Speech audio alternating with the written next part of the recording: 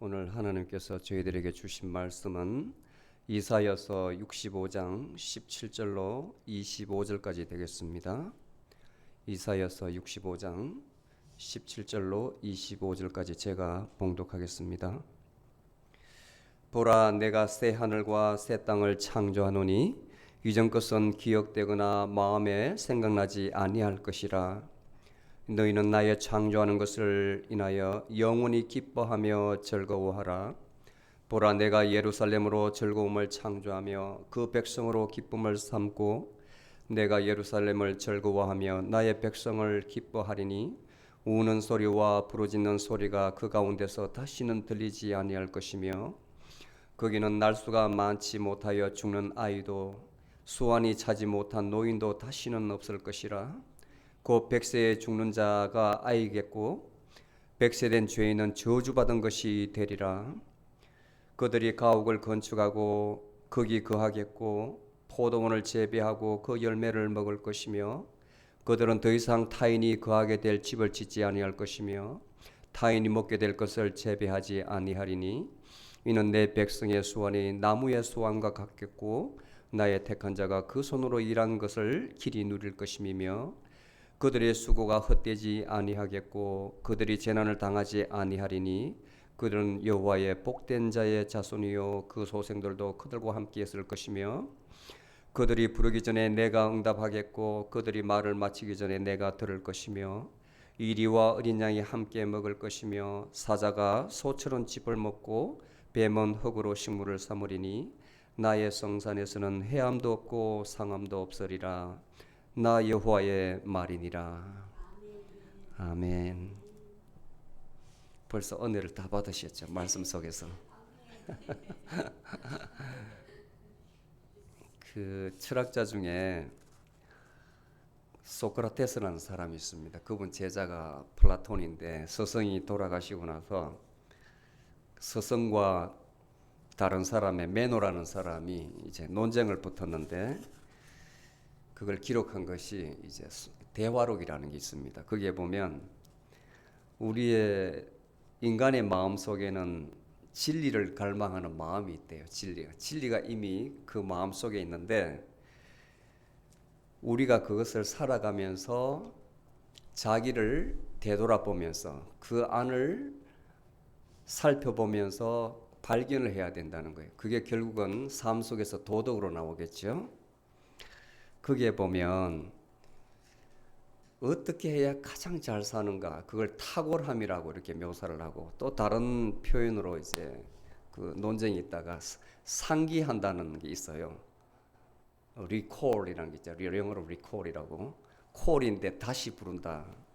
그게 뭐냐면 우리 마음 속에 있는 진리를 불러낸다는 것이거든요.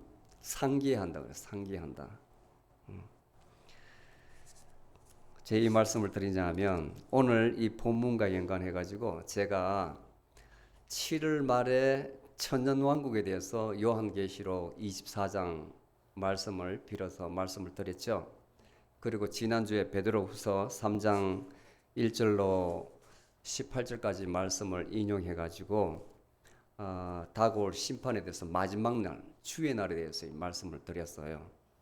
그리고 오늘 본문에는 이제 새 날과 새 땅, 천국, 새 세상을 이제 말씀을 하는데 쭉 연관을 지어서 생각을 해봐야 됩니다. 말씀을 여러분들 마음속에 담아야 됩니다. 다시 한번 상기해보면 그때에 제가 하늘의 구조를 말씀드린 것 같아요. 요한계시록 설명할 때에 하늘의 구조. 바울이 삼층천을 경험했다고 했을 때에 하늘이 삼층 구조로 있다. 성경적으로 이야기하면 자, 첫 번째 하늘은 이 땅, 우리 대기권이라고 이야기했죠. 우리가 살고 있는 이 하늘, 땅과 하늘. 우리가 볼 수가 있습니다. 새가 날아다니고 밤이면 별이 보이고 달도 보이고 태양도 보이고. 그 다음에 둘째 하늘은 아주 영계와 물질계와 영계가 있는데 여기는 걸쳐져 있어요. 둘째 하늘은. 왜냐하면 공중 권세 잡은 자, 사탄, 마귀 또는 천사들도 있는 곳이 바로 둘째 하늘이에요. 둘째 하늘. 그 다음에 이제 낙원이라 패러다이즈 하는 그 셋째 하늘은 그야말로 우리가 볼 수 없는 곳입니다. 볼 수 없는 영계죠, 영계. 그리고 제가 음부라고 말씀을 드렸죠. 우리로 말하면 뭐 저승이 있는 곳, 또 성경에서는 소울이라고 이야기를 합니다. 거기에는 믿지 않는 자, 불신자, 또 믿으면서도 온전히 믿지 않는 자들의 영이 가는 옥이라는 데 설명해서 연옥이라고 그러죠. 옥이라는 곳. 그 다음에 믿지 않는 자들의 혼이 가는 곳, 불신자의 혼이 가는 곳이 바로 불못이다. 그리고 사람은 갈 수 없는 곳, 타락한 천사들이 가는 것이 무적갱이다고 제가 설명을 했어요. 기억나세요? 예. 그리고 나서 요한계시록을 쭉 설명을 해야겠죠. 왜냐하면 천년왕국 들어가기 전에 들어가면서 그 용이 무적갱이에 1000년 동안 갇히지 않습니까? 그걸 설명하는 과정에서 하늘의 구조를 말씀을 드린 것 같습니다. 그리고 천사들도 등급이 있다고 말씀을 드렸고, 그리고 천년왕국에 대해서 말씀을 드렸잖아요. 천년왕국, 예수님께서 재림을 하셔가지고 첫 번째 부활한 자들과 같이 영원히 다스릴 것, 1000년 동안 다스리는 그 기간을 천년왕국이라 이야기했습니다. 그리고 요한계시록에 그 다스림에 참여하는 첫 번째 부활에 참여하는 사람 기록이 되어 있었죠. 기록이 되어 있었죠. 예수님의 이름을 증거하기 위해서 목배임을 당한 사람, 우상 숭배하지 않는 사람, 그 다음 세 번째는 짐승표를 받지 않는 사람은 첫째 부활에 참여한다. 복 있는 자들이죠. 복 있는 자. 두 번째 심판에 참석하지 않으니까, 두 번 죽음을 경험하지 않으니까 복 있는 자라 했습니다. 요게 7월 30일 날 설교를 드렸어요. 그리고 지난주에 베드로 후서 설교를 했는데 기억나세요? 뭘 말씀을 드렸는지 기억나세요? 말세에 우리가 어떻게 살아야 되는지, 말세의 징조에 대해서 쭉 설명을 드렸잖아요. 마태복음 24장하고 비교 설명하면서 말세, 지금이 말세다. 말세에 우리는 어떻게 살아야 되는가, 베드로후서에 너무나 명징하게 설명을 해놨어요. 그리고 나서 제가 그 브라이언 월시라는 사람, 타임즈지의 편집장인데 그분 책 엔드 타임즈, 말세, 그리고 마태복음 24장 3절에서 13절까지 그 내용 겹치는 내용, 그것을 제가 요약해서 설명을 쭉 드렸어요. 말세의 징조들에 대해서. 첫 번째가 그 자연재해라, 내추럴 디자스터라고 그랬죠. 내추럴 디자스터. 지금 이것은 우리가 당하지 않으면 여러분들이 정말 실감을 하지 못할 거예요. 그냥 TV로만 미국에 살아도 플로리다에 플러딩 됐다면 그렇구나, 이제는 막 워낙 많이 일어나니까, 그리고 캘리포니아 지역에 산불이 났다 하면 그렇구나 이렇게 생각하는 거. 하와이에서 마우이에서 큰 불이 났잖아요. 근데 성경적으로는 너무나 합당한 거예요. 그는 지진이라든지 허리케인이라든지 플러딩이라든지 토네이도라든지 또 우리가 겪는 이 무더위라든지 지구온난화, 제가 보니까 여러 가지 이제 학설 내지는 최근에 학자들이 이 문제에 대해서 많은 연구를 한 결과를 보니까 우리 사람들이 이 자연재해를 만드는 인재도 포함이 된 것 같아요. 포함이. 이 현상에는 캐롤 라스무센이라는 사람이 있는데 나사의 그 제트 프로벌전 랩의 연구소에 근무하는 사람이에요.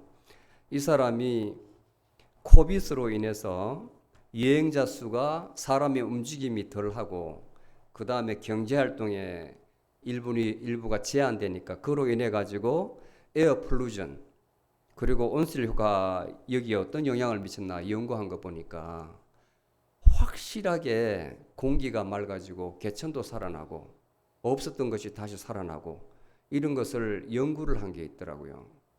그리고 이제 캘리포니아에 있는 그 칼텍에서 또 연구를 2021년 11월 9일을 내놓은 거 보니까 그 제목이 그렇습니다. 팬데믹으로 인한 배출 연기 감소가 대기에 미치는 예기치 못한 영향. 제목이 아주 길죠.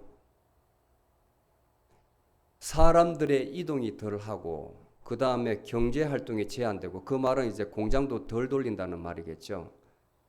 확실하게 변화가 있더라는 거예요. 자연에. 그러면 오늘날 이런 자연재해는 사람들이 이렇게 만들었다는 원인을 제공했다는 게 들어가는 거예요. 역설적으로 해석을 하면. 태양이 아무리 뜨거워도 오존층이 있어가지고 어느 정도 반감을 시켜주는데 우리 차가 없으면 안 되잖아요. 미국 사회에서 뭐 한가정당 차 한두 대 다 있잖아요. 사람과 똑같이 일상생활에 있어야 될 것인데 저기서 나오는 이산화탄소가 오존층을 급격하게 파손한다는 거예요. 인재죠, 인재. 또 없앨 수도 없고요. 이제 대체 방안을 뭐 전기차로 뭐 2030년까지인가 미국에서는 완전히 바꾼다고 하는데 늦게라도 인류가 깨닫고 대처하면 좋겠어요. 전 세계가 다 따라줬으면 좋겠어요. 그리고 두 번째로 전쟁과 국가 간의 분쟁이라 그랬습니다. 월 듀란트라는 사람이 쓴 Lesson from History라는 책이 있어요. 역사로부터의 교훈이라는 책에 보니까 그분이 아주 자세하게 이렇게 아주 학자답게 잘 기록을 했는데 역사에 그러니까 기록된 역사를 쭉 조사해 보니까 그게 한 3421년 정도가 나오는데 그 전에도 역사가 있었지만 기록이 없으니까 알 수가 없잖아요. 우리 인류에 전쟁이 없었던 해는 3421년 중에 268년밖에 안 돼요. 7.8%밖에. 항상 분쟁과 전쟁이 있었던 거예요. 그리고 미래학자인 엘빈 토플러가 1945년부터 1990년까지 2340주 동안 지구촌에 전쟁이 없었던 적은 단 3주밖에 안 된대요. 3주. 항상 이 지구상에는 분쟁이 있는 거예요. 분쟁이. 예수님께서도 말세에 이러한 징조가 있을 것이라는 것을 분명히 기록을 해놨습니다. 말씀을 하셨습니다. 처처에서 곳곳에서 분쟁과 전쟁이 있을 것이라고. 그 다음에 기근이에요. Famine과 disease. 말씀드렸죠. 제가 스페인 독감 예도 들고 그 다음에 오늘날 뭐 옛날 과거에 예를 들지 않으라도 우리가 코빗을 경험했지 않습니까? 코빗. 또 이 중에 걸린 사람도 있을 것이고 이걸로 끝나는 것이 아니고 더 강한 전염병이 올지도 몰라요. 더 강한 전염병이. 그러면 또 백신이 개발되기 전까지 얼마나 많은 사람들이 목숨을 잃겠습니까? 백신을 개발하는 그 기간이 있는데 기간이. 그 다음에 네 번째 moral decline, 도덕적 해이. 아침에 제가 권사님 모시고 오면서 몇 가지 이제 그 중에 일부 이야기예요. 저는 우리 옛날에 가정제도가 맞는 것 같습니다. 남녀 평등 이것으로 인해 가지고 물론 그 말은 맞지만 이 사회적 정의라는 그것을 잘못 곡해해 가지고 곳곳이 많은 문제가 일어나고 있어요. 가정에서부터. 가정이 무너지면 사회도 무너지는 것이죠. 쉽게 말하면 질서가 안 쓴다는 거예요. 질서가. 여자분들이 가정에서 아이들 돌보고 남편을 공경하고 가정을 돌보는 것하고 제가 판단하기는 그래요. 성경에 봐도 그렇고 성경이 어디 가도 남편에게 복종하라 이렇게 돼 있지. 그런데 이제 여자들도 고등교육을 받고 사회 참여율이 높고 어떤 여자분들은 남자보다 월등히 재능도 있죠. 그래 경제적으로 능력이 있으니까 결혼도 안 해요. 가정에서 목소리 크죠. 발언권도 크죠. 사회적으로는 참정권도 있죠. 가정에서부터 질서가 무너지는 거예요. 가정에 누가 머리인지 모르겠어요. 누가 머리인지. 머리가 둘인 거예요. 둘. 아이들도 헷갈리는 거예요. 혼돈이 돼요. 엄마 말 들어야 돼. 아빠 말 들어야지. 아이들이 얼마나 영리하다고. 힘센 사람, 집에서도 권력 진 사람은 아이들 딱 까른다고요. 애들도 얼마나 영리한데요. 이 가정의 질서가 어디 있어요? 머리가 하나가 있어야 되는데 태클을 걸면 싸움이 되는 거 아닙니까? 그 다음에 LGBTQ 다 아시잖아요. 이게 말이 안 되잖아요, 말이. 그런데 인간들이 그 표만 있으면 자기가 그 권자를 차지하려면 안 되는 것을 아는지 모르는지 모르지만 법으로 만들어서 공인을 해준단 말입니다. 어떻게 남자가 여자가 되고 여자가 남자가 되고 또 남자가 결혼을 하고 여자가 결혼을 합니까?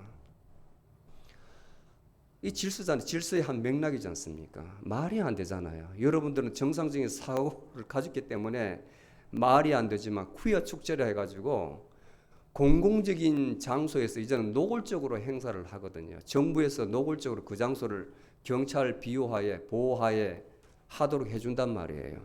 한편에서는 반대를 하고 기독교 단체에서는 한편에서는 평등이다, 나도 사람이다 이렇게 나온단 말이에요. 그러니까 막 헷갈리는 거예요, 가치관이. 이 말 들으면 이 말이 맞고 저 말 들으면 저 말이 맞고 이런 시대에 살고 있는 거예요. 모든 것은 진리가 없는 겁니다. 항상 상대주의다. 상대주의. 진리는 없고 때에 따라서 장소에 따라서 바뀔 수가 있다. 그런 사고방식이 사람들 마음속에 의식 속에 팽배해 있는 거예요. 팽배해 있는 거예요. 이게 다 용인을 하는 거예요. 그게 얼마나 무섭습니까? 그 탈러런스라는 게. 관용한다는 게. 한편으로 좋은 것 같아요. 관용이라는 게 다 품는다는 게. 그런데 되는 게 있고 안 되는 게 있지 않습니까? 적어도 크리스천이라면 성경적인 삶을 산다면 그것은 분명히 이 시대를 살면서 구분해야 됩니다. 세상에 타협하는 것이 아니고 아닌 것은 아닌 거예요. 아닌 것은. 예수님께서도 예스는 예스고 아닌 것 노라고 하라고 말씀하셨습니다. 바울도 그렇게 가르쳤고요. 그리고 마지막으로 말세에는 false prophet, 거짓 예언자, 그리고 거짓 메시아가 나타난다고 했어요. 근래에 많이 경험했습니다. 지금도 있습니다. 지금도 본인이 메시아라고. 근데 거기에 현혹되는 사람이 있어요. 근데 가만히 더 들어가 보면 사람들 생계와 다 연관이 있습니다. 생계와. 또 그렇게 이단들은 연결고리를 못 빠져나가도록 그렇게 치어요. 교회에서 크게 공동체라는 교회인지 모르겠습니다만 공동체를 만들어가지고 그 안에서 생계를 이어나갈 직장도 주고 자리도 주고 다 엮고 나니까 빠져나가지를 못하는 거예요. 나가면 직장을 못 잡으니까. 그렇게 다 연결되어 있다고. 못 빠져나와요. 못 빠져나와요.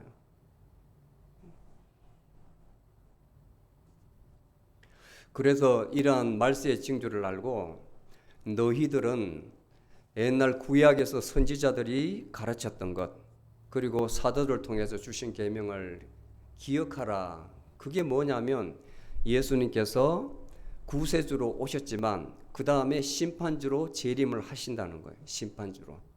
심판주로 마지막 두 번째 오실 때는 심판주로 오신다. 그게 끝나고 나면 그 마무리에는 새 하늘과 새 땅이 도래한다. 그런데 그 당시에 조롱하는 자가 있었다는 거예요. 예수님 다시 오신다는 것을 믿지 않는 사람, 오히려 조롱하는 사람들. 야, 천지가 창조되고 나서 그대로 있는데 무슨 변화가 있었느냐? 그거 믿지 마라, 거짓이다 이야기하는 사람이 있었다는 거예요. 그 베드로가 그것은 성경을 잘 모르고 하는 말이다 쭉 설명을 하죠. 창조 후에 한번 하나님께서 이 땅을 정화하시지 않느냐, 물로 심판하셨지 않느냐, 노아의 시대를 기점으로. 그리고 지금까지 세상이 이어지는데 다음에는 불로 심판하실 것이다. 불로 심판할 것이다. 이 땅에 남아있는 것 모든 것 심지어 원수 하나까지 다 타버릴 것이다. 두 번째 심판이 온다고 이야기했어요. 그리고 너희들이 그러면 도대체 예수님은 언제 오시느냐? 너무 지겹다. 그런 말 하지 말아라. 너도 모르고 나도 모르고 이 날은 마치 도둑과 같이 온다 그랬어요. 도둑과 같이. 아무에게 알려주지 않고 도둑과 같이. 단지 예수님께서 드디어 오시면 모든 사람들이 예수님을 알고 구원받도록, 회개하고 구원받도록 기다리시는 것이다. 이렇게 베드로가 이야기를 했습니다. 그리고 너희들은 이렇게 하라. 어떤 삶을? 이 사실을 알았다면 과거의 삶을 버리고 참으로 거룩한 생활을 해야 된다. 거룩한 생활을 해야 된다. 너희들이 사는 것이 아니고 너희들이 안에 있는 하나님의 영이 지배하는 삶을 살아야 된다. 그리고 이렇게 조롱하는 자들, 예수를 믿지 않는 자들 말에 휘둘리지 말라는 거예요. 그리고 마지막으로 예수 그리스도를 아는 지식에 자라가라. 아멘. 예수 그리스도를 아는 지식에 자라가라. 그리고 오늘 이제 본문에 들어가는 겁니다. 오늘 본문에 새 하늘과 새 땅. 이제 마지막 심판이 왔다. 예수님께서 재림하시고 이제 불로 심판을 한다 했지 않습니까? 그리고 새 하늘과 새 땅에 대해서 너무나 이 이사야가 예수님 오시기 전에 600년 전에 600년 700년 사이에 말씀을 하셨는데 계시록 21장 말씀하고 참 중복되는 게 많아요. 참 감탄스러워요. 감탄스러워요. 오늘 본문 전에 보면 이사야가 어떻게 기록했느냐? 이방인들을 위해서도 충분히 팔을 벌리고 기다리시는 하나님에 대해서 말씀을 하고, 그 다음에 다 그 시대에 멸망받을 사람들이었지만 오늘날도 많이 비교를 합니다. 지금 이때는 이스라엘을 두고 이야기하는 것이지만 오늘날 사람 중에서도 멸망받을 사람이 많이 있어요. 그 중에 남은 자들, 구원받을 사람, 정말 그날을 사모하는 사람, 기다리는 사람이 있다는 거예요. 구원받은 사람이 있다는 거예요. 그리고 남은 자들이 받을 축복, 그리고 아직까지도 하나님을 찾지 아니하는 백성들 둘 사이를 극명하게 대비를 시켜놓은 거예요. 그 직전에 보면 16절에 보면 오늘 본문 바로 전에 제가 대비를 시켜놨는데 쭉 말씀을 드리겠습니다. 하나님의 백성들은 어떻게 하나님을 찾냐면, 주님 당신만이 저희의 아버지시고 옛날로부터 당신 이름은 우리의 구원주이십니다. 이렇게 고백하는 사람이에요. 그리고 이 사람들은 이 땅에서 먹을 수 있고 마실 수 있고 기뻐할 수 있고 즐거워합니다. 마지막 날도 마찬가지예요. 그런데 하나님을 잊어버리고 우상 숭배하는 자들은 12절에 보면 그들은 칼에 다 붙일 것인데 왜 그러냐 하면 하나님께서 불러도 대답치 아니하고 하나님께서 말하여도 듣지 아니하고 눈앞에 악을 행하였으며 나의 즐기지 않는 일들을 너희가 택하였습니다. 하나님께서 아무리 돌아오라고 불러도 대답이 없대요. 대답이 듣지 아니하고 대답도 안 하고 눈에 거슬린 짓만 한다는 거예요. 그러면 이 사람들은 구원받은 사람이 먹을 때 이 사람들은 굶주리고, 구원받은 자들이 마실 때 이들은 목마르고, 기뻐할 때 수치를 당하고, 구원받은 자들이 즐거워할 때 마음이 아파 울부짖고 넋이 부져져서 통곡을 한대요. 통곡을 한대요. 심령이 상해서 통곡을 한다는 거예요. 14절에 보니 하나님께서 선택받은 자 그리고 그렇지 않은 자들을 확실히 구별하는 거예요. 그 영혼을 어떻게 다루시는지. 자, 이제 17절에 보면 보라 내가 새 하늘과 새 땅을 창조하노니, 창조는 이미 있었습니다. 창조는 잘 보세요. 생각해야 돼요. 창조는 이미 있었지 않습니까? 다 지었는데 어떤 것을 창조하냐면 새 하늘과 새 땅을 창조한대요. 그러면 기존 있는 것은, 창조된 것은 없어진다는 거잖아요. 없어진다는 것은. 그죠? 이게 바로 마지막 날의 심판이에요. 불로 심판. 원소 하나까지, 엘리먼트 하나까지 다 불에 타서 없어진다고 했습니다. 이전 것은 기억되거나 마음에 생각나지 아니할 것이라. 자, 이 말은 계시록의 21장 1절 말씀과 너무나 동일해요. 21장 1절 말씀 보면 나는 또 새 하늘과 새 땅을 보았노라. 첫 번째 하늘과 첫 번째 땅은 사라지고, 이 말은 하나님께서 창세기의 첫 번째 말씀으로 창조하신 모든 것은 다 사라진다는 거예요. 바다조차도 더 이상 없었습니다. 분명히 예수님께서 재림하셔서 마지막 날에 심판이 있다는 거예요. 심판이 있다는 거예요. 그리고 그 심판 후에 새 땅과 새 하늘을 창조하신다는 겁니다. 지난날의 모든, 우리에게도 마찬가지예요. 이 물질적인 세계도 다 없어지고 우리 마음속에 있는 모든 옛날에 대한 기억도 다 사라지는 거예요. 우리의 기억에서도 사라지고 우리의 마음속에도 다 지워지는 거예요. 다 지워지는 거예요. 그러니까 계시록 21장 4절에 보면 그들의 눈에서 모든 눈물을 닦아주실 것이고 다시는 죽음도 없고 다시는 슬픔도 울부짖음도 괴로움도 없을 것이다. 이전 것들이 모두 사라져 버렸기 때문이다. 지금 이 순간에 예수님께서 재림하셔가지고 오실지라도, 그리고 우리가 구원받아서 새로운 땅, 새로운 하늘에 살았을 때에 우리의 이 땅에서 모든 기억은 다 사라진다는 거예요. 다 사라진다는 거예요. 그러면 이 땅에 산다는 것은 참 고통이라는 건 알 수 있잖아요. 역으로 이야기하면 많은 부분이 그래요. 대비를 시켜놨어요. 천상의 것과 이 땅의 것. 이 땅의 것은 천상의 것을 대비시키면 참으로 힘든 사회예요. 반대로 생각하면 되는 거예요. 눈물이 있는 것이고 죽음이 있는 것이고 슬픔이 있는 것이고 울부짖음, 고통, 고난이 있는 것이. 근데 이것이 다 사라져 버렸기 때문에 우리 기억에서조차도 다 사라진다는 거예요. 자, 그렇게 되었을 때 우리가 죽어서 예수님께서 오시든 또는 지금 이 순간에 오시든 천상의 새 하늘과 새 땅의 특징을 오늘 본문에 쭉 5가지로 말씀을 이렇게 요약을 해놨는데 하나하나 설명을 해보겠습니다. 첫 번째가, 거기에는 성이 있고 일반 성도들이 들어가는 성이 있고 그 다음에 거룩한 도성이 있는데, 곡과 마국 전쟁 때 성까지는 들어갈 수 있어도 거룩한 성은 들어갈 수가 없어요. 거룩한 도성에는 12개의 문이 있거든요. 각 지파별로, 이스라엘 12개 지파별로. 그 안에는 빛도 없습니다. 왜냐하면 하나님께서 그 자리에 계시기 때문에 그 자신, 그분의 영광이 빛나기 때문에 영원토록 어둠이 없다고 그랬어요.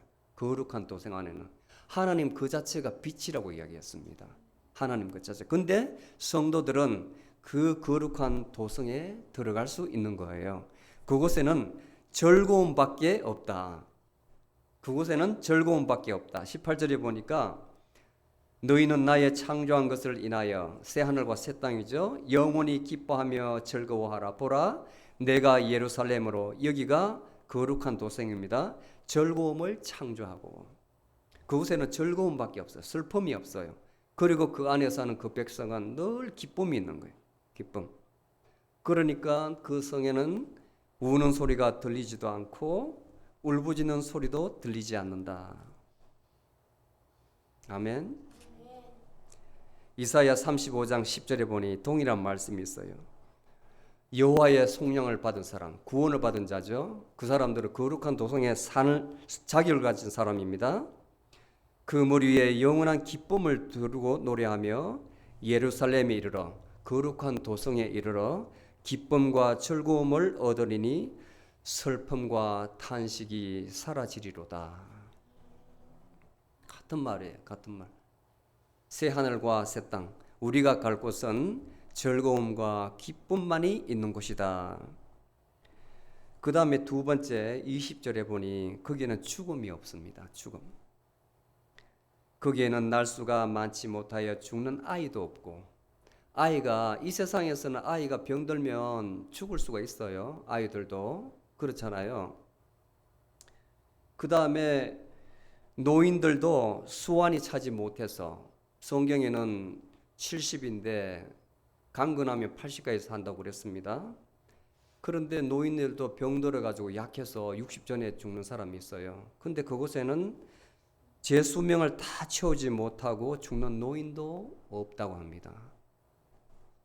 그리고 100세에 죽는 자들은 아이라고 그랬어요. 100세에 죽는 자. 그곳에는 이게 상징적인 말입니다. 100세는 영원히 산다는 말에 상징적인 말이에요. 100세에 죽는 사람은 아이라고 그랬어요. 아이. 그리고 100살에 못 미쳐가지고 죽는 사람은 저주받은 사람이라. 저주받은 사람. 여러분 기쁘세요? 오래 산다니까? 다 종합해 보면 그게는 영생한다는 겁니다. 영생. 죽음이 없다는 거예요. 죽음이 없다는 거예요. 아이들도 죽지 않고 노인네들도 죽지 않고 모든 사람 그 영원히 산다는 것. 죽음이 없는 곳이 바로 천국이다. 새 하늘과 새 땅이다. 그 다음에 세 번째 21절에 보니까 저주가 없는 곳이에요. 여러분들 성경 중에서 신구약을 통틀어 가지고 가장 정말 신랄한 저주가 있는 장이 성경에 어디 있는 줄 아십니까? 정말 우리 하나님께서 정말 너무하시다는 곳이 있어요. 아시는 분 말씀해 보세요. 신명기 28장입니다. 신명기. 그 15절에서 69절까지 보면 무지막지해요. 우리 하나님께서. 제가 이제 다는 못 읽어주고 오늘 본문과 관련 있는 그 부분하고 몇 군데만 보여주겠습니다. 읽어드리겠습니다. 너희들이 만일 내 하나님 여호와의 말씀을 순종하지 아니하여 내가 오늘날 내게 명하는 모든 명령과 규례를 지켜 행하지 아니하면 이 모든 저주가 너희들에게 임하고 너희들에게 미칠 것이니 너희가 성읍에서도 저주를 받을 것이요 들에서도 저주를 받을 것이요 내 광주리와 떡반죽 거룩이 저주를 받을 것이요 내 몸에 너희들의 몸의 소생과 너희들 토지의 소산과 너희들 소의 새끼와 너희들 양의 새끼가 저주를 받을 것이며 너희가 들어와도 저주를 받고 나가도 저주를 받으리라. 그리고 여호와께서 너희들 몸에 역병이 들게 하사 내가 들어가 얻을 땅에서 필경 너희를 멸하실 것이며 여호와께서 폐병과 열병과 염증과 학질과 한재와 풍재와 썩은 재앙으로 너희를 치시리니 이 재앙들이 너희를 따르면서 너희를 진멸하리라. 그 뒤에 보면 막 너무나 저주도 이런 저주가 없어요. 그리고 오늘 본문은 여기서 콧대시는데 30절에 보면 너희가 처녀와 약혼하였으나 결혼하기 전에 다른 사람이 너의 약혼녀와 잘 것이요 집을 건축하였으나 거기 거하지 못할 것이요 포도원을 심었으나 내가 그 열매를 따지 못할 것이며 그게 오늘 21절에 보니까 저주인데 21절에 보니 그들이 가옥을 건축하고 거기 거하겠고 포도원을 재배하고 그 열매를 먹으리라. 자, 앞에 저주에서는 포도원을 심었으나 거기에 있는 열매를 따먹지 못할 것이다 했는데 오늘 본문에는 포도원을 재배하고 그 열매를 먹을 것이라 했지 않습니까? 반대죠. 축복이죠. 축복. 그리고 내가 거하려고 집을 지어도 다른 사람이 들어와서 살아버리는 거예요. 저주에는. 근데 22절에 보면 더 이상 타인이 거하게 될 집을 짓지 않을 것이며 내가 지은 터에 내가 산다는 것이요 타인이 먹게 될 것을 재배하지 아니하리니 이는 내 백성의 수완이 나무의 수완과 같겠고. 축복이 있는 겁니다. 새 하늘과 새 땅에는 다른 사람이 나를 해하지 못한다는 거예요. 저주가 없고 항상 복만 축복만 하나님이 주시는 축복만 나를 따라다닌다는 겁니다. 아멘. 이 땅에서는 전도서 3장 11절에 보아도 이 땅에서 너가 땀을 흘리고 수고하여도 모든 것이 헛되다 그랬어요. 헛되다. 내가 수고하고 땀 흘린 것이 반드시 내 복이 되지 않는 거예요. 다른 사람이 차지할 수도 있는 거예요. 이 땅에서는. 그런데 새 하늘과 새 땅에서는 저주가 없으리. 이러한 저주가 전혀 없으리라는 거예요. 앞에 우리는 영생한다 그랬죠. 영생한다 그랬죠. 이 백성의 수명은 나무의 수명과 같으리라. 비교입니다. 나무는 굉장히 생명이 길잖아요.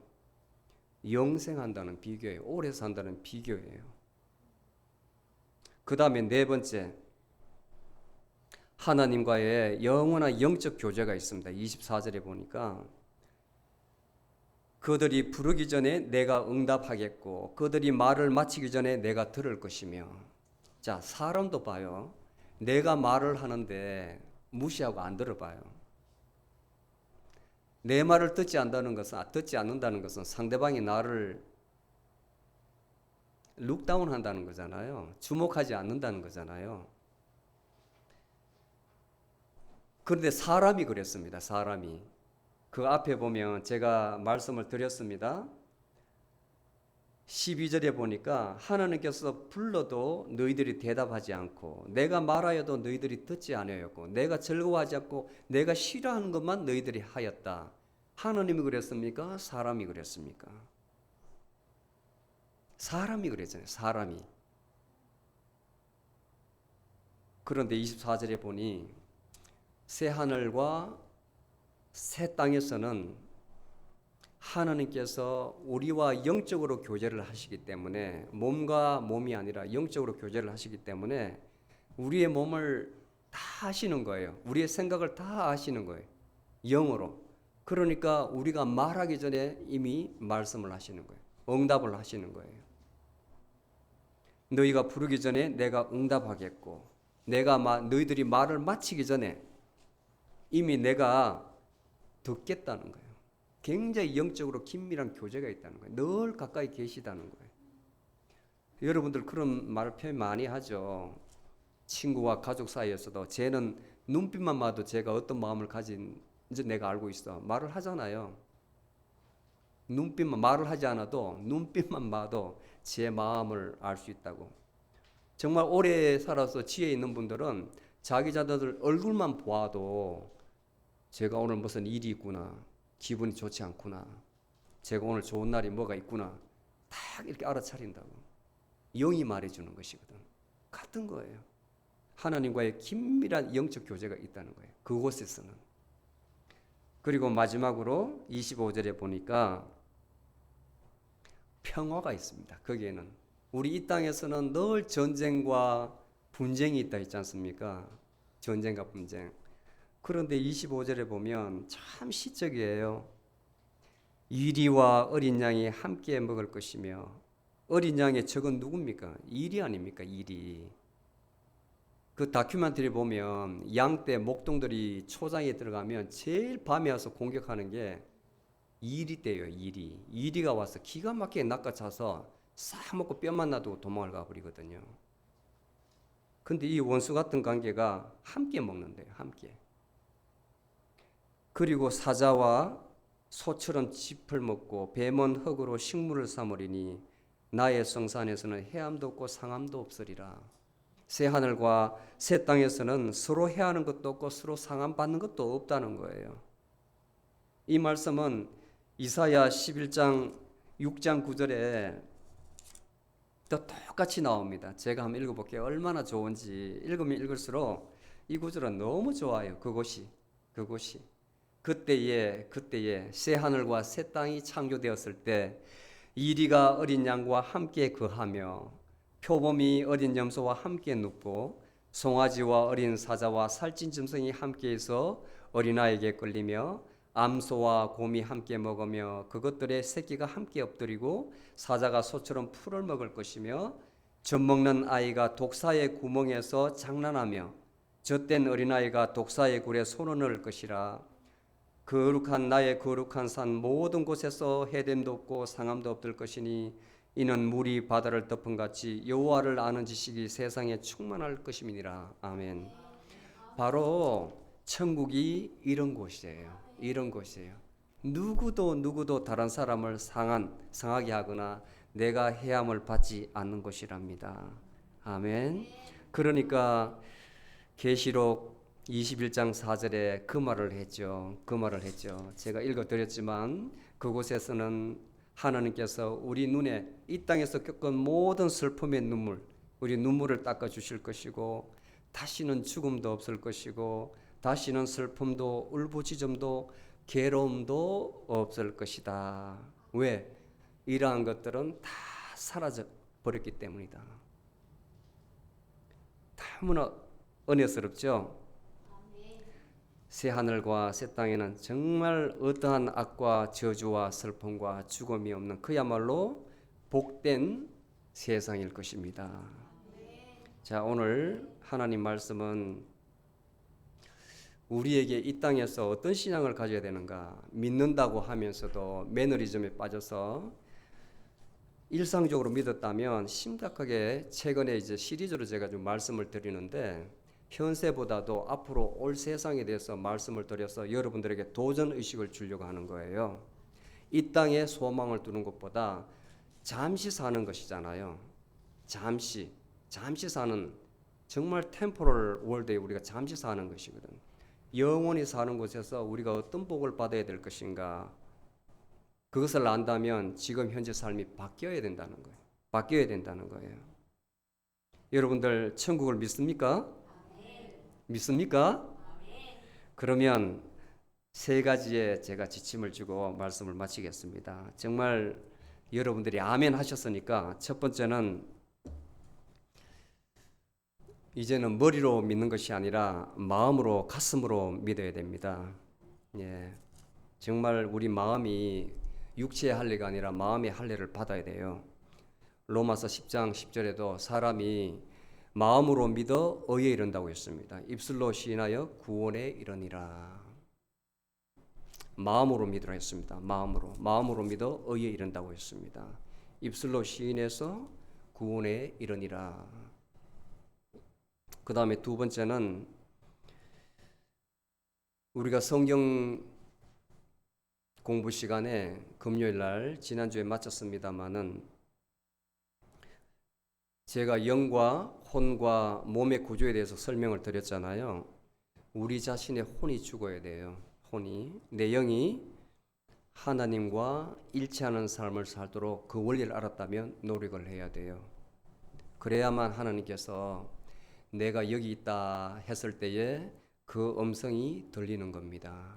내가 있다 하는 것이 아니라 하나님께서 내가 여기 있다 할 때 그것을 듣고 하나님을 볼 수가 있을 것입니다. 그리고 마지막으로 우리 안에 예수 그리스도의 영이 있다는 것을 꼭 믿으시기 바랍니다. 예수 그리스도는 포도나무입니다. 포도나무 비유 설명 지금 몇 번째 드리는데 우리는 거기에 붙어있는 가지예요. 가지가 포도나무 원줄기에 붙어 있어야만 그 영향을 받아먹고 클 수가 있고 열매를 맺을 수가 있습니다. 아멘. 지금 이 순간 예수님께서 오실지라도 반드시 남은 자, 구원받은 자로서 여러분들이 들림을 받고 예수 그리스도와 영원한 천년왕국에서 같이 통치하시고 새 하늘과 새 땅에 들어갈 수 있는 여러분이 되시기를 그리스도의 이름으로 축복하며 기도드립니다.